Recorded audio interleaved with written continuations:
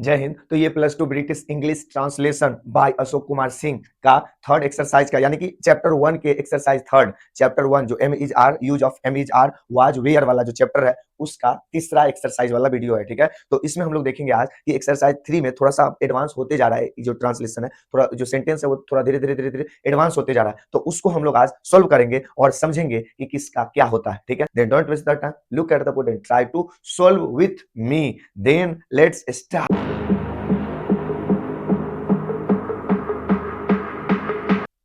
ध्यान दीजिए बोर्ड पर, समझने की कोशिश कीजिए। देखिए क्या क्या क्या सेंटेंस है और उसका ट्रांसलेशन क्या बनेगा। ठीक है, देखिए और समझिए। जैसे पहला है सोनू घमंडी और उदंड है, तो सोनू इज प्राउड एंड उदंड का एरोगेंट होता है या रूड होता है, RUDE रूड। रूड मतलब ये होता है घमंडी, या एरोगेंट ARROGANT एरोगेंट मतलब ही क्या होता है, घमंडी होता है। नेक्स्ट है हमारा मैं हारा हूं पर थका हुआ नहीं, I am defeated DEFEATED defeated, but नहीं नॉट थका हुआ का टायर्ड। ठीक है, चलिए नेक्स्ट। राजन और रोहन दोस्त हैं, राजन एंड रोहन आर और दोस्त का फ्रेंड्स। चलिए आगे, तुम बहुत भाग्यशाली हो, तो क्या हो जाएगा, यू आर वेरी। और देखिए इसका दो होता है, एक होता है फॉर्चुनेट FORTUNATE और एक होता है लक्की, है ना। तो दोनों बना सकते हो, फॉर्चुनेट या लकी, दोनों वर्ड लिख सकते हो। नेक्स्ट है हमारा सीता बहुत अध्ययनशील है, अध्ययनशील मतलब पढ़ाकू होता है। ठीक है, तो क्या हो जाएगा, Sita is studious STUDIOUS studious, studious पढ़ देते हैं। ठीक है, नेक्स्ट हमारा और बहुत लगाओ सॉरी, तो वेरी लगाएंगे ना, Sita is very studious STUDIOUS, Sita is very studious. Next है हमारा रामू बहुत मेहनती है, तो क्या हो जाएगा, रामू इज वेरी और मेहनती का लेबोरियस, क्या हो जाएगा, लेबोरियस LABORIOUS लेबोरियस। नेक्स्ट है शिक्षक ईमानदार और दयालु होते हैं, तो एक से बहुत सारे टीचर की बात हो रही है, तो टीचर्स आर ईमानदार ऑनेस्ट एंड दयालु काइंड, हो गया। चलिए आगे है, फूल आकर्षक होते हैं, तो फूल का क्या होगा अंग्रेजी, फ्लावर्स FLOWERS, फ्लावर्स आर और आकर्षक अट्रैक्टिव ATTRACTIVE अट्रैक्टिव। नेक्स्ट है पुस्तकें उपयोगी होती हैं, तो बुक्स आर यूजफुल। नेक्स्ट है ईश्वर सर्वशक्तिशाली, तो गॉड इज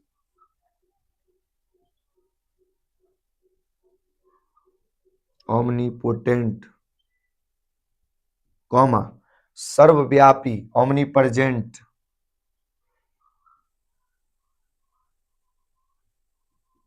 और लास्ट omniscient, क्या है, सर्वज्ञ, यानी जो सब चीज जानता हो, सर्वज्ञ, तो क्या हो जाएगा उसका omniscient, क्या OMNISCIENT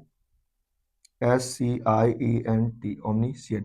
देखिए याद कैसे रखिएगा, तो सर्वशक्तिशाली यानी पावर की बात होती है, तो ओमनी में पोटेंट लगा दीजिएगा, पावर पोटेंट सर्वशक्तिशाली। सर्वव्यापी, व्यापी मतलब प्रेजेंट, व्यापी मतलब प्रेजेंट, तो जो सब जगह मौजूद रहते हैं सर्वज्ञ कहे जा सॉरी सर्वव्यापी कहे जाते हैं, तो सर्वव्यापी के लिए ओमनी प्रेजेंट क्या लगा देंगे, ओमनी प्रेजेंट। और लास्ट है सर्वज्ञ, यानी जो सब चीज जानता हो, तो साइंटिस्ट सब चीज जानता है, लॉजिकली समझा रहे हैं, साइंटिस्ट सब चीज जानता है, तो सीएंट लगा देंगे लास्ट में, ओमनीसिएंट। तो जो मतलब पावरफुल हो तो पोटेंट लगा देंगे, अगर सब जगह मौजूद हो यानी सर्वव्यापी हो तो प्रेजेंट लगा देंगे, और अगर सब चीज जानता हो यानी साइंटिस्ट तो क्या लगा देंगे, सीएंट। तो क्या हो जाएगा, ओमनीपोटेंट, ओमनीप्रेजेंट, ओमनीसिएंट। ठीक है। God is omnipotent, omnipresent, omniscient, याद रखिएगा, ठीक है। चलिए आगे देखते हैं। आगे रूपा अत्यंत सुंदर है, तो Rupa is Rupa is extremely, extremely, extremely beautiful, beautiful, beautiful, extremely, extremely, extremely beautiful।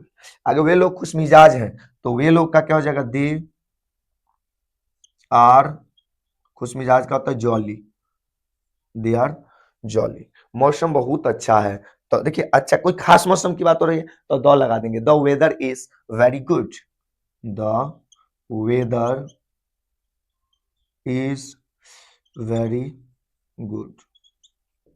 Last इधर से आकाश नीला है, तो आकाश तो क्या लगाएंगे, the sky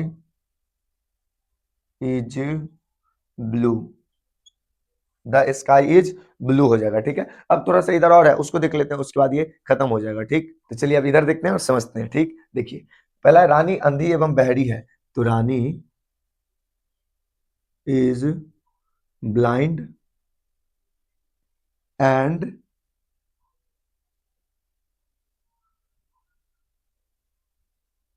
deaf, Rani is blind and deaf, खिलाड़ी स्वस्थ होते हैं, प्लेयर्स एक से ज्यादा की बात हो रही है, प्लेयर्स आर हेल्दी, क्या हो जाएगा, HEALTHY, हेल्दी, ठीक है। कहानी मनोरंजक है, स्टोरी तो उससे पहले द लग जाएगा, किसी खास कहानी की बात हो रही है, the story is interesting, INTERESTING, the story is interesting. उसका प्रदर्शन, his performance, his performance is good. आ गया क्रिकेट बहुत लोकप्रिय है, तो cricket CRICKET, cricket is very popular, है ना, cricket is very popular. Petrol ज्वलनशील होता है, तो पेट्रोल का तो पेट्रोल हो जाएगा, PETROL, पेट्रोल इज, अब ज्वलनशील का होता है इन फ्लेम एबल, इनफ्लेमेबल, इनफ्लेमेबल मतलब ज्वलनशील यानी जो जलने वाला होता है, तो डीजल के साथ या फिर किरोसिन तेल के साथ, लकड़ी के साथ, सबके साथ आप यूज कर सकते हो कि would is also inflammable, petrol is inflammable, diesel is inflammable, kerosene oil is inflammable, ऐसे बोल सकते हैं, ध्यान रखिएगा।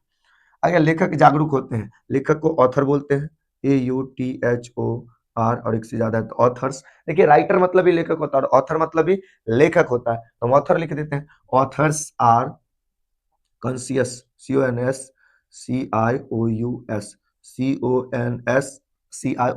कॉन्शियस।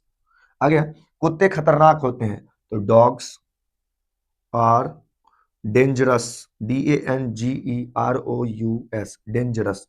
सांप विषैले होते हैं, तो स्नेक एक से ज्यादा है तो एस लगाएंगे, स्नेक्स आर।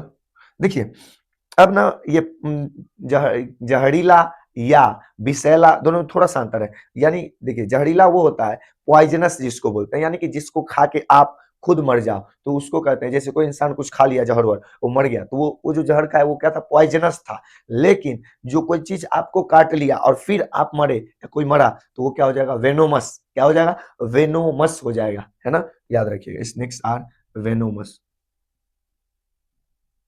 पॉइजनस लिखना ठीक नहीं रहेगा, इससे तो बन जाता, लिख देता आदमी, लेकिन ठीक नहीं रहेगा, ठीक है। आगे राम बहादुर, शाम है सर यार, शाम बहुत सुहानी है, तो शाम को इंग्लिश में क्या कहते हैं, the evening, EVENING, evening is very pleasant, PLESANT, the evening is very pleasant, क्योंकि किसी खास शाम की बात हो रही है, सब शाम थोड़ी ना सुहानी होती है, कभी कभी नहीं होती है, तो इस शाम जो यहाँ बात की जा रही है वो कोई खास शाम है, इसलिए यहाँ पे द लग गया, the evening is very pleasant.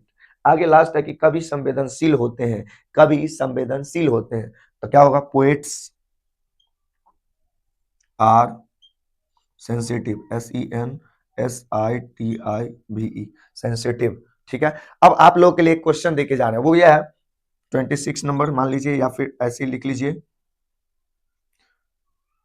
भारतीय मेहनती होते हैं,